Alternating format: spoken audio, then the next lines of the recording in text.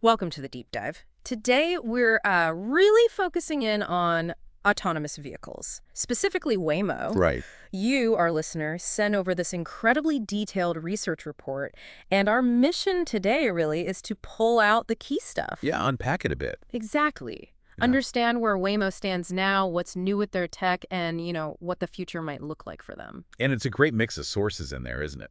Official reports, social media chatter, news. hmm It gives a really rounded picture. It really does. So a Okay. comprehensive view. Absolutely. It tells a story, not just facts, but the ambition, the tech challenges, bringing this stuff into the real world.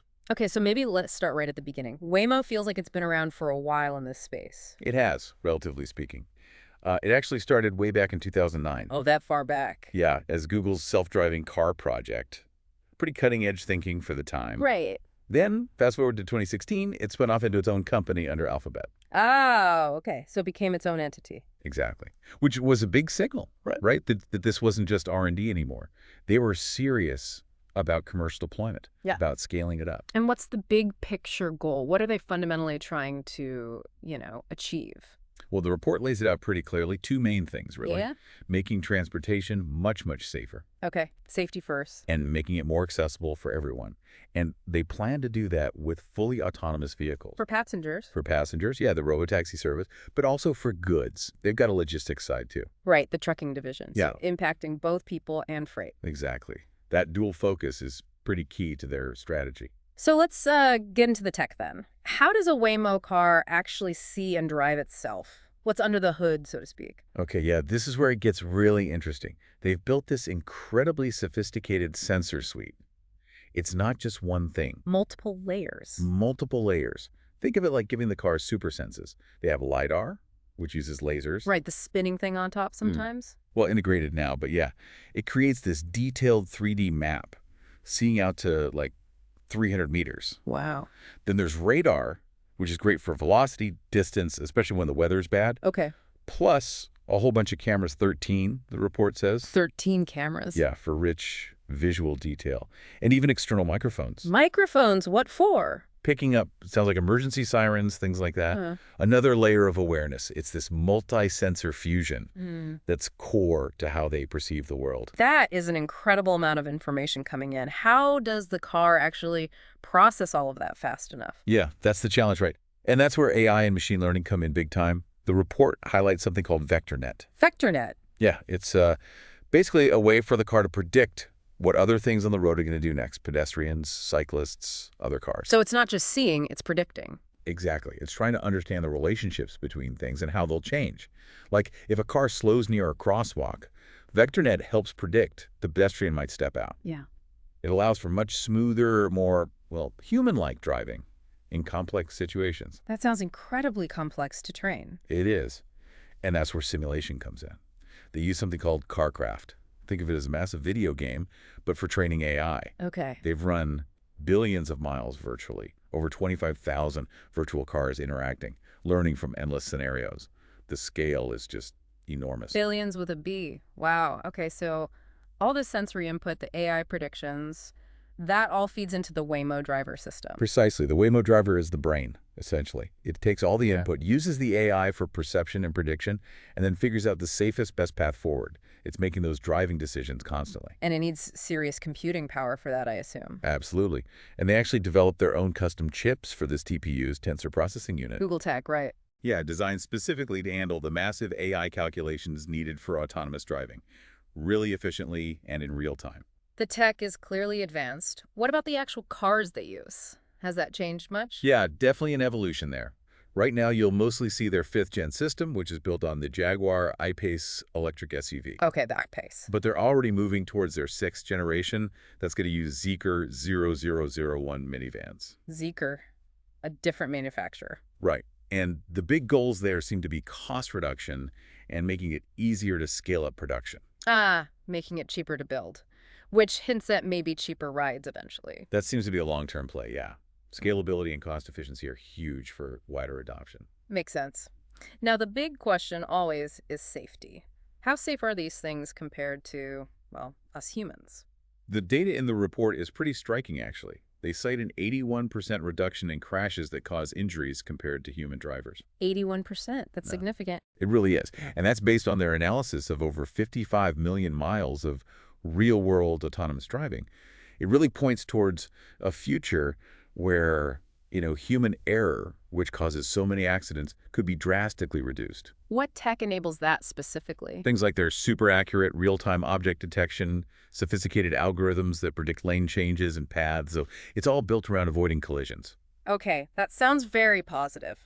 But let's be honest, we have heard about incidents. The report mentions some. Yes, and it's important to acknowledge those. It mentions the sad incident with the dog in 2023 and a collision involving a cyclist more recently in 2024. Right. So while these are rare events given the millions of miles driven, they absolutely happen. They're stark reminders that the real world is incredibly complex. And unpredictable. Exactly. And these incidents, unfortunate as they are, provide crucial data for Waymo to learn, to improve the system, to refine those safety protocols. No system is perfect, especially not yet. Fair enough. Real-world learning, the hard way sometimes. So if someone listening wants to actually ride in one, where can they do that right now? Currently, their commercial ride-hailing service is up and running in Phoenix, San Francisco, LA, Silicon Valley, also Miami and Austin. Quite a few cities already. Yeah, and they're not stopping there. Plans announced for Atlanta next year, 2025, Okay.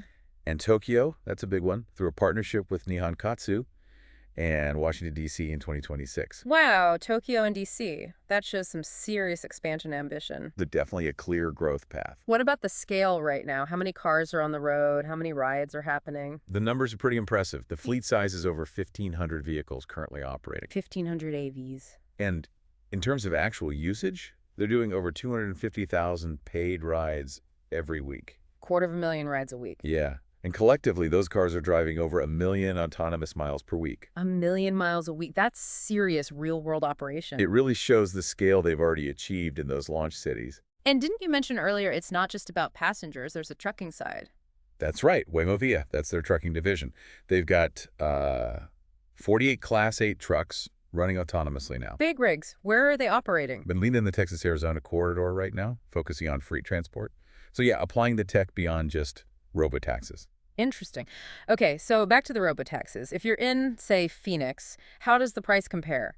Waymo versus like an Uber or Lyft? The report actually gives a specific example. A 15-minute ride in Phoenix on Waymo cost around $7.60. Okay. The same kind of ride on Lyft was about $7.20. Yeah. So very close. Pretty competitive already. And no tipping. Right. Right. That's a potential plus. No expectation or even option to tip, so the price you see is, the price you pay, could make it feel more predictable. Yeah, that helps. Now, partnerships seem crucial in this whole AV world. Who's Waymo working with? Oh, absolutely vital. And they've got some major ones. Toyota is key. Toyota, what are they doing together? Exploring a whole new AV platform, but also, and this is interesting, looking at integrating Waymo tech into personally owned vehicles. Yeah. Potentially starting around 2025. Wait, so my own car could have Waymo driving? That seems to be the direction they're exploring. That could be a huge market shift, moving beyond just fleets. Definitely. Who else? Well, there's Uber. They're working on integrating Waymo AVs right into the Uber app. Oh, okay. So you could hail a Waymo through Uber. Yeah, they've got a pilot running in Austin already. Makes it more accessible, potentially. Yeah, makes sense. And then they're working with other big automakers, too. Jaguars, obviously, Volvo, Stellantis, Mercedes-Benz. Shows broad industry interest. Right. Their partnership with Zeekr is specifically for that next-gen lower-cost vehicle we mentioned. Yeah. Crucial for scaling. And they've even done pilots with Lyft. So they're playing the field a bit in ride-hailing. Okay, so with all this activity, the robotaxis, the trucking, the partnerships, Yeah. how does Waymo actually plan to make money long-term? It looked like a diversified approach. First, obviously, the fares from the robotaxi rides. That's direct-to-consumer B2C. Right. Then there's licensing their tech to other automakers. That's a B2B play. Okay, selling the system. Exactly. And finally, the revenue from the autonomous freight side, Waymo Via. So multiple streams. Seems smart in a market that's still, figuring itself out. That. But the costs must be astronomical, right? All that R&D, the mapping. Oh, for sure. The upfront investment is massive. R&D constantly updating those incredibly detailed maps their cars need, navigating all the regulations. It all adds up. So where's the profit eventually come from? The big lever, the report points out, is potentially eliminating the driver. Driver wages are a huge chunk of the cost of a traditional ride, maybe 40% to 60%. Ah, removing that cost completely changes the economics. Fundamentally, that's the long-term potential for a significant margin improvement.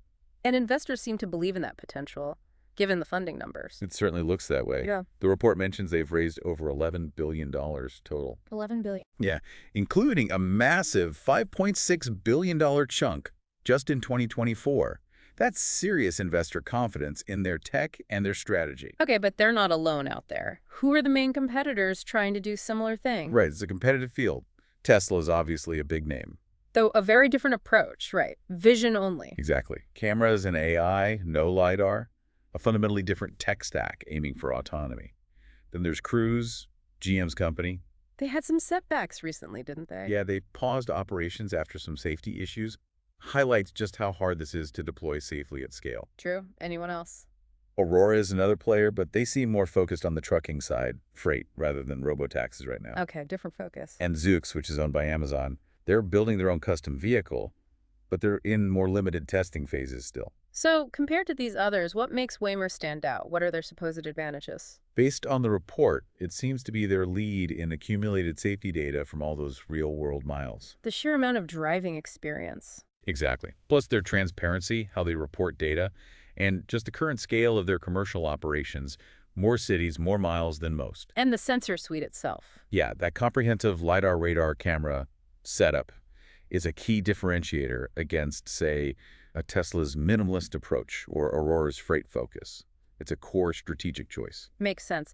Now, beyond the tech and the competition, there's the whole regulatory side. That must be a headache. Oh, absolutely. It's complex. In the U.S., it's this patchwork quilt of state laws, Different rules everywhere. pretty much, Mm. which makes it really hard to scale nationwide smoothly. The report even mentions legal friction, like a lawsuit Waymo filed against the California DMV over what safety data they had to disclose. Ah, so tensions there. Yeah, it just shows the complexity of navigating the rules. And it varies globally, too. Japan seems more supportive. The EU may be more cautious or strict. It's not a uniform landscape. So, regulations are a moving target. Thinking even bigger picture now. If this technology really takes off, what are the broader impacts on society? Huge potential impacts. One of the biggest discussions is around jobs. Right. Truck drivers, taxi drivers. Millions of driving jobs could be affected. So there are big conversations happening, or needing to happen, about job retraining, maybe universal basic income, how to manage that transition for people. A massive societal shift to consider. What about cities themselves? Could they physically change? Quite possibly. If you have fleets of AVs constantly moving, maybe you don't need as much parking. Less space for parked cars? Right. Maybe cityscapes get redesigned with more efficient pickup drop-off zones, different use of that land. It could really alter urban planning. And what about access? Could it help people who can't easily drive now? That's a huge potential positive. For elderly people, people with disabilities, AVs could offer incredible new independence and mobility. All right. But we need to make sure that access is fair, that it reaches all areas, all income levels, and doesn't accidentally create, new divides. Equity is a big concern. Definitely. Okay, we've covered a lot of ground here. If we were to sort of sum up Waymo's position based on this deep dive. I'd say the picture is of a company with really strong, mature technology, evidenced by their real-world operations. Yeah. They have a clear expansion strategy, key partnerships in place, and crucially significant funding. They seem well positioned to be a major force in reshaping transportation. But challenges remain. Oh, absolutely. Regulation is complex. Public acceptance is still evolving. The report mentioned things like people putting cones on Waymo hoods, vandalism. Right, the trust factor. Exactly. Hmm. And the ethical questions, how the cars make decisions in tricky situations, data privacy, those aren't fully solved yet. It's a complex road ahead, then. Okay, so as we wrap up this deep dive, here's something for you, our listener, to think about. Given everything we've discussed, Waymo's progress, the competition, the societal questions, what single aspect of autonomous transportation strikes you as the most promising or perhaps the most concerning as we look towards the future of our cities and how we live? Lots to mull over. Thanks for joining us on the deep dive.